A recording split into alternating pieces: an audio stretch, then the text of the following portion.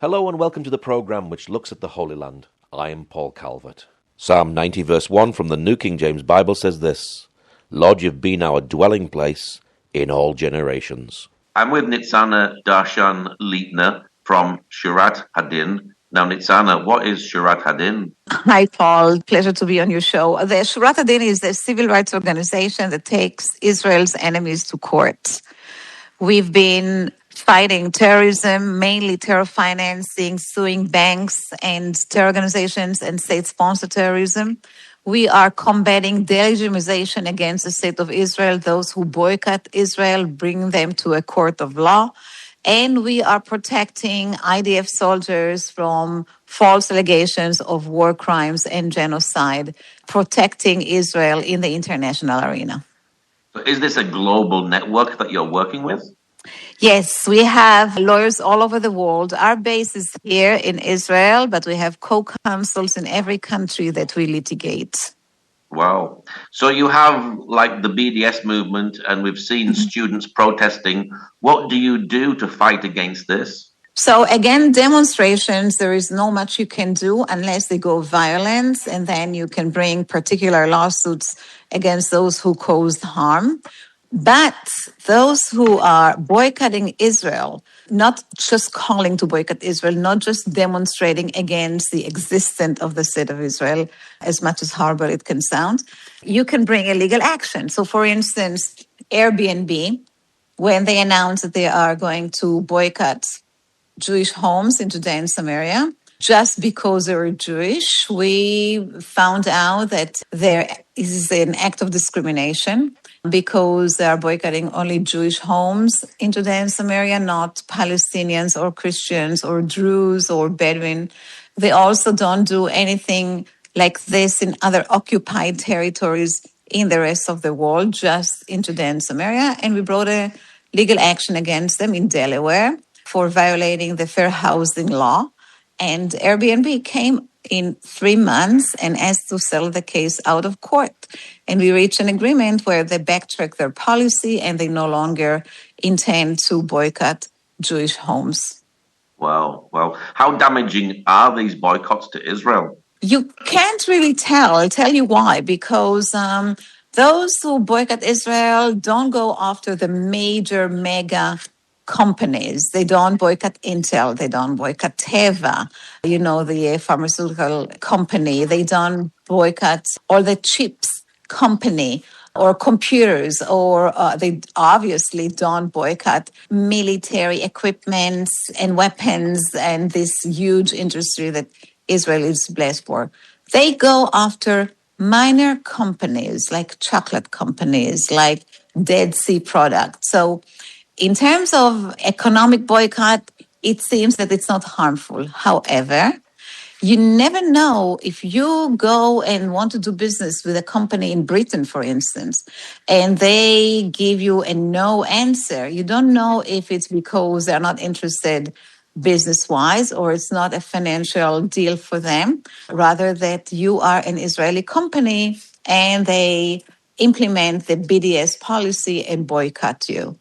So we cannot tell how much harmful is the boycott policy against Israel. We do take actions against it when we recognize it. When can you identify it? Like, for instance, Ben and Jerry's, when they announced that they no longer manufacture and sell ice cream in Judea and Samaria, again, because they don't want to do it with occupied territories, we immediately send them a letter telling them that we will open a Ben & Jerry's company in Judea and Samaria and create Ben & Jerry's ice cream.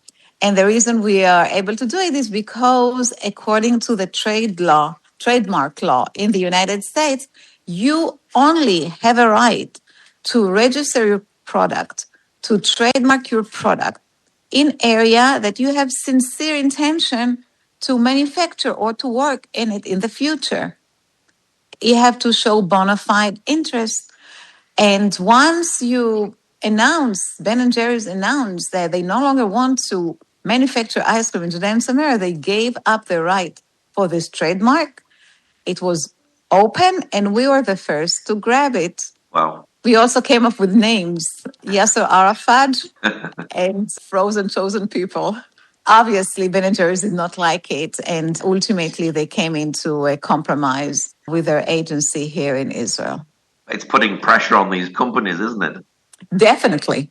Yeah. Definitely. Wow. Now, have you seen a rise in anti-Semitism? So has this been a busy time for you? Yes, it's especially after October 7th. We thought that after the world will witness to such a massacre, barbarian acts of murders and rape and mutilation and beheading that Hamas did to the kibbutzim on October 7th, we thought the world will be with us.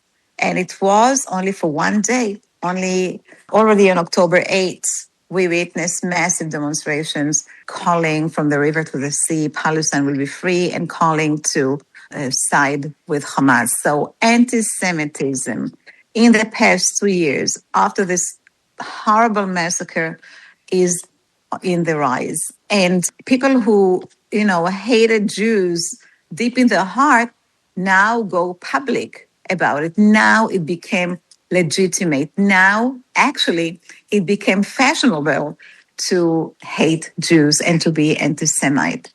And we have tremendous work to do. We, the Jewish community, the pro-Israeli communities around the world, Christian, evangelists, everyone, or just Western people from the free world, because anti-Semitism is just the gate for anti-Western attitude. The radical Muslims hate Jews, but they hate the entire world, Western world. And we have to fight it, that it will not spread. And what we've seen against the Jews will not take over against the rest of the democratic Western countries. We have campaigns, we have litigation, fighting over the narrative. It's a battle, it's an uphill battle, but Israel really, after 78, I think, years of its existence, really is fighting for its life. And our enemies realize that because they cannot win us militarily, they will go just to the fields where they have an advantage, which is the international community. And they go and spread lies against Israel, claiming that Israel commits genocide in Gaza, starvation, war crimes. And they have the ears of the International Criminal Court, of the International Court of Justice, of the UN Human Rights Commission, of Human Rights Watch and other international human rights organizations, shifting and accepting the false narrative of Hamas, of Israel's enemies. It comes from radical Islam, and it also comes, unfortunately, from the extreme rights in the United States and other countries that, bring back, it's really unfortunate, but bring back the history of Jesus and blaming the Jews for killing Jesus and just riding on this wave to convince the people who don't have enough information to swing their ways. Are you able to follow terrorist money and stop that? Oh, yes. This is what we've been doing in the past 25 years, fighting terrorism in courts. We file lawsuits against the Palestinian Authority, against PLO, against Hamas, Islamic Jihad, Hezbollah, against Iran, Syria, North Korea, against social media giants like Facebook, Twitter, Google, against banks, Arab banks, Chinese banks, Lebanese banks, European banks, fighting terror financing in court, representing thousands of terror victims. And we've been successful. We were able to block money going to the hands of the terror organizations in Judea and Samaria, in Gaza, in Lebanon. We received judgments against entities and we were seizing their assets. We have judgments against Iran, and we went after buildings and bank accounts that they have. Like, for instance, a building in New York called 655th Avenue, owned by the Iranian government. Now put a lien on it. It's waiting to be sold for $700 million. The money will go to the terror victims. Banks compromise these cases. They settle them out of court. Courts paid billions of dollars to terror victims because they don't want a judgment declaring that they are involved with aiding and abetting terrorism. The Palestinian Authority pay this money out of court. They have judgments against them. They pay them, or if not, we go after the tax money that Israel collects for them and do an offset from this money. And I can go on and on and on, but in the end, we are able to block money from going to the hands of the terror organization, and we make the evil, the bad people pay to the one who deserve it most, the terror victims themselves. No money can bring back life, but money gives a measure of justice and a measure of closure to the terror victims. Mm. Are you working with intelligence and law enforcement to be able to target these terror groups? I do. As a matter of fact, our activities started with the help of the Israeli Mossad. After 2 years of litigation in court that proved to be very successful, judgments against Iran for hundreds of millions of dollars and liens and unprecedented decisions, we were approached by a secret unit in the Mossad called Harpoon. It was headed by the legendary head of the Mossad, Meir Dagan, that its goal was to fight terror financing. That's the only thing they did. They were representatives from the Shin Bet, from the Mossad, from the military, from the defense ministry, but they had only one goal: to go after terror financing, to track the money, and to kill this money. They came to us and said that in the course of their operation, they accumulated so many documents and so much information that show how the money literally going to the hands of the Palestinian organizations, that it will be a waste if we don't use it in court. They will give us the information and we utilize it in our court proceedings and take the level against terror financing to the next one. So this is what we did. And due to this help, we were able to file lawsuits against banks, Chinese banks, Lebanese banks, Arab banks, against the social media, and even now against Qatari charity foundations. You know, after October 7th, we realized that we have to choke off the money of Hamas, because even if Israel destroys it militarily, Hamas remains as an idea and it will rise up again. So if you want to dismantle the terror organization completely, we have to destroy its financial infrastructure. So we went and filed lawsuits against everybody that funds Hamas, including the Qatari Charity Foundation. And this is something that we do with intelligent agents, sometimes in office, but most of the times after they leave their term. I imagine it must be exciting to see what's happening in Iran at the moment, because they are the main funders of terror with Hezbollah, Hamas, and the Houthis. So this must be exciting for you to see these protests on the street. Absolutely. Absolutely. And my heart with the Iranian people, they deserve better. You know, I'm managing a war against the Islamic Republic of Iran for the past 25 years. And I won judgments against them on behalf of victims, as you mentioned, from all different kinds of attacks, Hamas attacks, Islamic Jihad attacks, Hezbollah attacks. They are everywhere. Them and Qatar are the mothers and the father of every terror organization. And we're winning in court. We get judgments, we put liens, we go after their assets. We're doing a tremendous job, but it's not enough.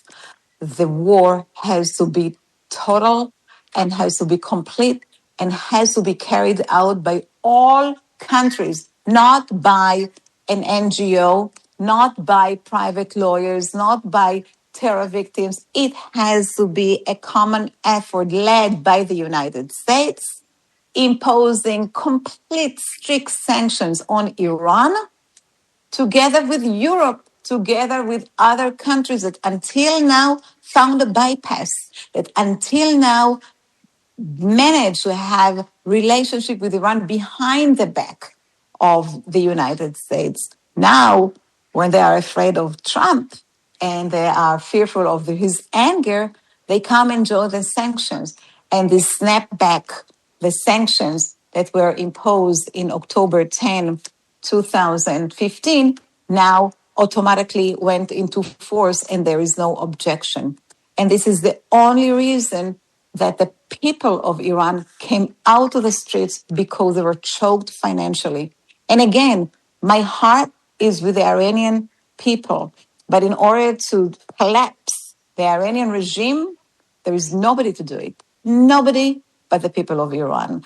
And Trump, if we are going this way, has to jump in immediately, has to help them, as he promised. When he sees that people are massacred on the streets, he has to fulfill his promise and go and destroy the Ayatollahs and the Iranian government. He cannot let them murder innocent civilians on the streets, people that are demonstrating, that are fighting for their freedom from this terrible regime. He has to go in and help them change the regime over there. Now, before you mentioned about the soldiers, are you helping soldiers that are getting accusations of genocide and war crimes? What do you do for them? Yes. One of our goals is to protect IDF soldiers from war crimes, even when the war is over. And we see that there is no action in Gaza, and we all hope that it will settle, that Hamas will really follow his commitment and dismantle his organization, will give up his weapons, surround it, and even leave the strip.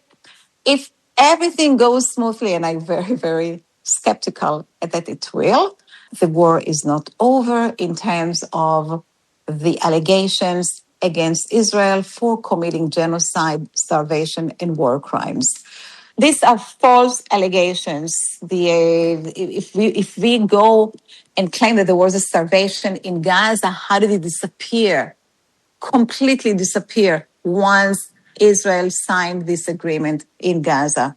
Or in terms of genocide, Israel did not intentionally kill anyone in Gaza, any civilian in Gaza. Yes, they went after the terrorists. Yes, they were targeting those militants.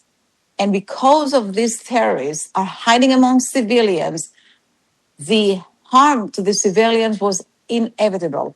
But the blame for the death of the civilians should be on the shoulders of the Hamas terrorists, those who put them in risk, those who insisted to act among them. This is according to international law. This is not my narrative. This is not my paradigm. This is according to the international law. And yet, Israel is the one to be blamed for genocide. And who's in risk here? The people who are in risk are the soldiers. Are the soldiers that now, after their service, go around the world, travel. Israelis very much like to travel all around the world, especially after a long service in the military. They go for months to Ecuador and to Colombia and to Mexico and to South Africa and Canada. And everywhere in the world, you will see Israelis, former soldiers, going on trips. And these soldiers are getting arrested or get arrest warrants against them once they get to the airport in this foreign country, because there are pro-Palestinian organizations that are chasing them, that are recognize them, they recognize their face, they take their pictures with uniforms that they put on the social media, make files against them, and go to the prosecutors in these countries, those who claim that they have international jurisdiction, and file war crime complaints against these soldiers. And these soldiers are at risk. So in Shurat Ha Din, we launched a campaign. It's called Flak Jacket, Shachbatz in Hebrew, which intend to protect the IDF soldiers. We teach them on an app what to do, what the instructions they have to follow before they go on the trip. What happens if, God forbid, they get arrested?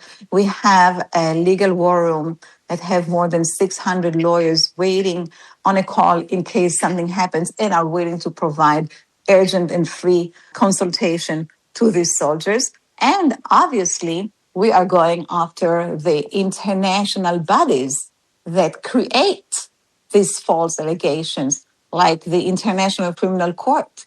We filed a lawsuit against the chief prosecutor of the International Criminal Court, Karim Khan, for aiding and abetting Hamas. It's outstanding, the story of Karim Khan. He was a non persona grata after he decided to investigate Israel for war crimes. But when October 7 happened, he asked to come to Israel to learn firsthand what happened. Israel did not allow him to come in. So he contacted the families of the hostages directly, and he contacted the kibbutzim families and asked them to come and be their guests on a private tour to come to Israel. They agreed, got into Israel, and he came and met with them, and met with the families and the hostages and the victims and the kibbutzim, the first responder. And he promised them to do anything he can in order to help them to get their loved ones back.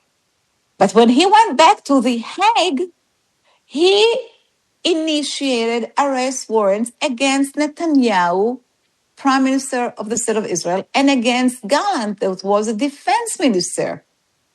Indeed, he issued arrest warrants just to be equal against the terrorists in Gaza, like Yahya Sinwar, like Muhammad Def, people who over time got assassinated by Israel, got killed in the war. But he knew that these arrest warrants will not be effective against the terrorists who are already hiding in tunnels underneath the ground and are not showing their nose outside of it, never to, let alone going abroad. What's the point of going after them, issuing arrest warrants against them? But against Netanyahu and Gallant, that are fighting for the sake of Israel, for the survival of Israel, and need to travel in the world to get the help, they are effective. So Karim Khan was aiding and abetting Hamas, and therefore we filed a lawsuit against him in Israel. Wow. How would you fight jihad on social media? In 2015, when the knife intifada started in Israel, you couldn't walk the street of Jerusalem without looking back at somebody follows with a knife, and like 60 people got killed that year and the following one from knife attacks, from lone wolves attacks. But if you interrogated these lone wolves, you realize that they weren't alone, that every one of them got incited to kill on the social media. And very quickly, this idea of social media encouraging people to go and carry out attacks spreads all over the world. It wasn't unique to Hamas or Islamic Jihad only. It was ISIS as well, and Boko Haram. Every terrorist had a Facebook page. And if you recall all these videos of ISIS, all of them going on YouTube and all the social media platforms. So we sued the social media. We sued in the beginning, we filed a lawsuit against Facebook because this knife intifada was called the Facebook intifada. Facebook refused to turn this incitement down. They claim that they are a neutral bulletin board. They are not involved with the content and not involved with the users, and they have no intention to delete any posts or any videos. So we took them to court for aiding and abetting Hamas, but we lost because of Section 230 to the Communication Decency Act. This is a law in the United States that grants blanket immunity to social media networks. Congress decided that they should not be perceived as a publisher. It's not like a newspaper that can read the articles before they go to print. It's not a TV that they can watch the articles before they go on air. It's social media. They have no ability to go and monitor the content before they go on their platforms. So they gave them blanket immunity. But we came and said it's not about content. It's about the mere fact that Hamas or Islamic Jihad or Hezbollah can utilize the social media to raise funds, to communicate with each other, to recruit militants. This is aiding and abetting terrorism. But we lost. And then we decided that we are going to file a lawsuit on behalf of ISIS victims And there was the Nomi Gonzalez, 24 years old student that went to Paris to study a semester abroad. She was originally from LA, and she was killed in the terror attack that ISIS carried out against the death metal angel concert. And we filed a lawsuit against Google that owns YouTube because of these beheading videos that ISIS used to put on YouTube back then in 2015 and 16. But again, we lost the case due to Section 230. But when we filed an appeal in the Supreme Court, the Supreme Court for the first time said that there is a problem with this blanket immunity. He actually had a hearing with all the parties involved. Usually a hearing in the Supreme Court takes 1 hour, 20 minutes to the plaintiff, 20 minutes to the defendants, and 10 minutes each for rebuttal. This time it took 3 hours, and the judges really had a problem.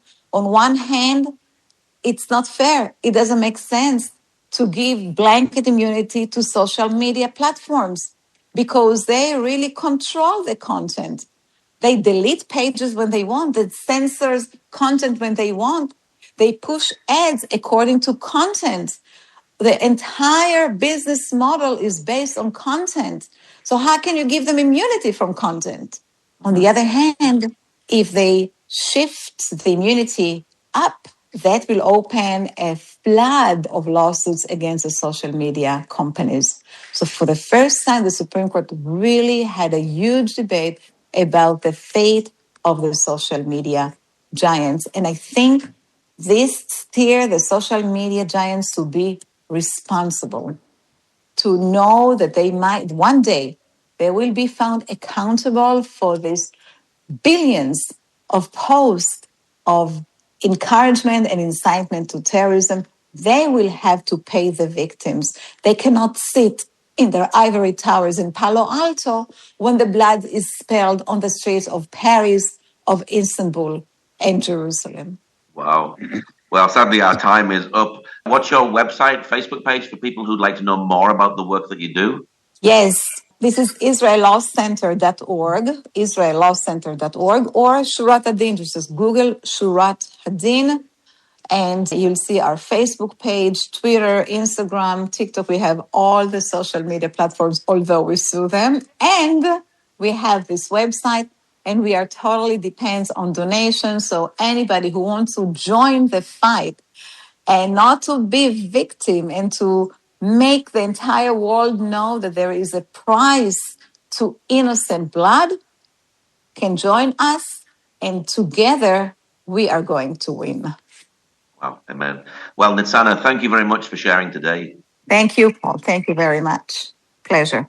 Thank you for joining us today. Pray that God will move by his mighty power in the Holy Land and bring his peace.